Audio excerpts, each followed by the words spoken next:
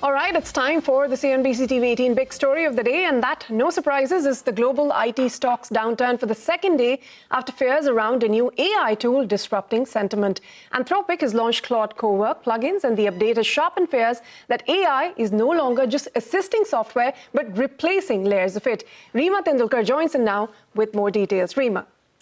Well, thanks so much for that. While IT services sector faces some skepticism due to the rise of AI, we'll get to that in just a bit. But before that, let's begin with who the direct impact is going to be on. And it's going to be on the software services companies like ServiceNow, Salesforce, SAP. These are the companies which have package implementation software. And now with the agentic AI tools released by Anthropic's Claude, perhaps it's directly competing in the space of these software companies. But on the Indian IT companies, there could be a second-order impact because Indian IT companies help with the implementation, the application development and maintenance of these software package programs. And according to Jefferies, this accounts for nearly 40 to 70% of their overall revenues. So the fear is on account of two parts. One, because there's so many changes taking place in the AI workspace, will there be some sort of a decision paralysis? There's a lot of uncertainty which is currently there. So will clients be willing to commit to big budgets, big orders, or will they decide to wait it out to see how the AI architecture plays out? And secondly, it's also raised the fear of AI deflation. Now, up until now, Indian IT companies, on account of AI, were seeing an annual deflation, 2%, 3%, 4%, because of productivity. But now the fear is that this is going to accelerate. Maybe the deflation becomes 6 to 7%. So on the whole, because the Indian IT companies have gone through a prolonged downturn, it's been three bad years, slow years. And the expectation was that FY27 will be a better year, FY28 will be a better year compared to FY27.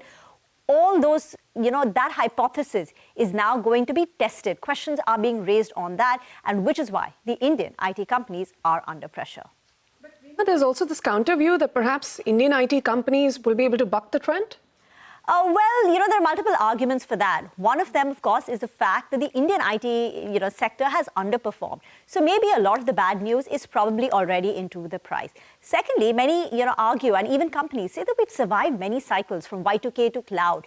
So this one also we will be able to pass. And at the end of the day, up until now, the commentary is that AI will be a net revenue generator. Then order books have remained strong, which means that at least over the near to medium term, there is revenue visibility. And finally, let me give you what UBS says. They're saying this agentic AI deployment and development at scale is still very nascent, maybe 5%. Firms need to work on cloud migration, data integrity, modernization before AI agents can be deployed meaningful. So this readiness work is a multi-year journey and is a big tailwind for Indian IT services companies. All right, but there was that development that came in overnight as well. Google parent Alphabet, they've doubled down on their capex, and big business houses are also investing a big time in AI. Indeed, that was a big headline, right? Alphabet, the parent company of Google, is doubling down on its capex. The calendar year 2026 capex spend is going to be double of that of last year, and we're looking at a number of almost $185 billion. So this is massive. Expectations were for a 30-50% increase. They've gone ahead and doubled it. So basically what it reiterates in a simple way is that AI perhaps is not a bubble. Contrary to what was feared in the market about overvaluation, that too much money is chasing, we still don't know what the ROI is going to be.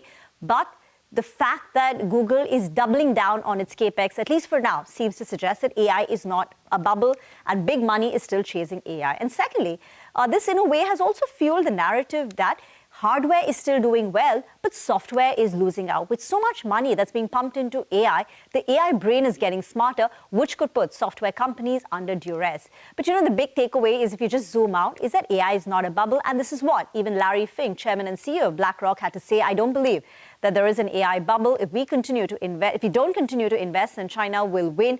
We must invest aggressively. And even from India, the message is equally clear. Mukesh Ambani saying that AI is hugely advantageous for India, and India adapts to technology faster than anyone else, and we must use that speed to our advantage. I'm a believer, have been a believer, that we have to embrace technology. We cannot run away from it. And AI is real, right? From an India point of view, it is hugely advantageous. I don't believe there's an AI bubble. You don't believe that? Not at all. I believe the greatest risk we have is if we don't invest and continue to invest, China will win. And I believe the need to rapidly expand the AI opportunities is necessary.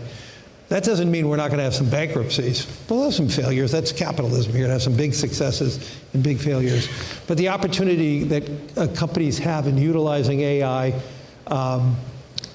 is going to be present in everything we do. I mean, even yesterday you had Anthropic announce a new model, which is going to be threatening for some businesses, but it's going to be an opportunity for other businesses.